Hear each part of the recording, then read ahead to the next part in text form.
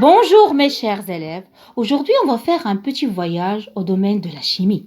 Comme vous l'avez vu, la photosynthèse c'est tout un ensemble de réactions d'oxydo-réduction. On va éclaircir ces termes-là aujourd'hui. Donc, l'oxydation, c'est une perte d'électrons ou de protons par une espèce chimique. Au contraire de la réduction, c'est un gain d'électrons ou de protons par une espèce chimique. Un réducteur, c'est une espèce chimique qui peut céder un ou plusieurs électrons. Au contraire d'un oxydant, c'est une espèce chimique qui peut fixer un ou plusieurs électrons. Donc, en conclusion, retenez bien, les réactions d'oxydoréduction, c'est une réaction chimique au cours de laquelle se produisent des échanges d'électrons entre deux couples redox. Passons maintenant à l'équation de la photosynthèse. On a C6CO2 plus 6H2O. Sous l'action de la lumière, on obtient C6H12O6 plus 6 molécules d'oxygène.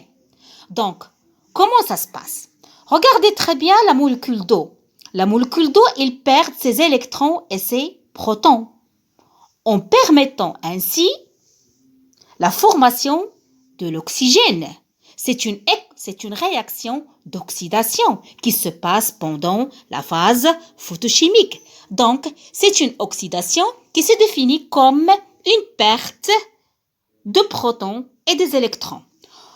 Au contraire, si vous regardez avec moi, le CO2, la molécule de CO2 qui n'a pas de H+, il n'a pas de H+, il va capter des électrons et des protons pour former le glycose, C6H12O6. C'est une réaction de réduction qui passe pendant la phase chimique.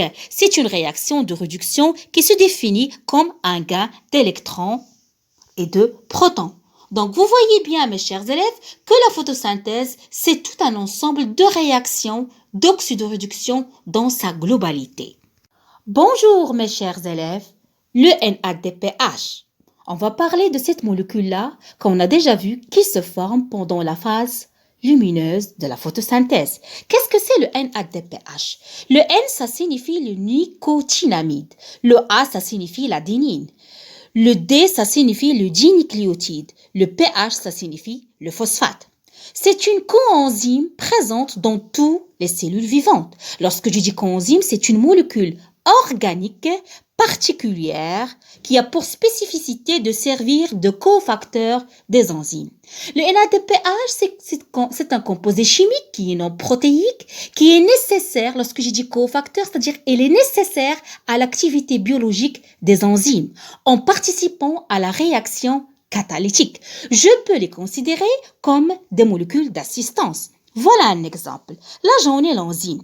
Vous le connaissez déjà, la nature des enzymes, ce sont de nature protéique, mais cet enzyme, il est inactif.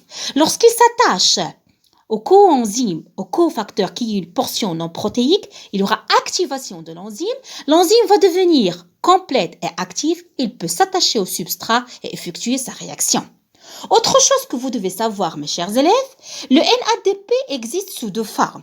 Sous forme réduite, notez le NADPH, et sous forme oxydée, notez le NADP+. Bonjour mes chers élèves. Aujourd'hui, on va parler d'une molécule qui joue un rôle très important dans la vie de la cellule. C'est l'ATP. Vous la connaissez déjà.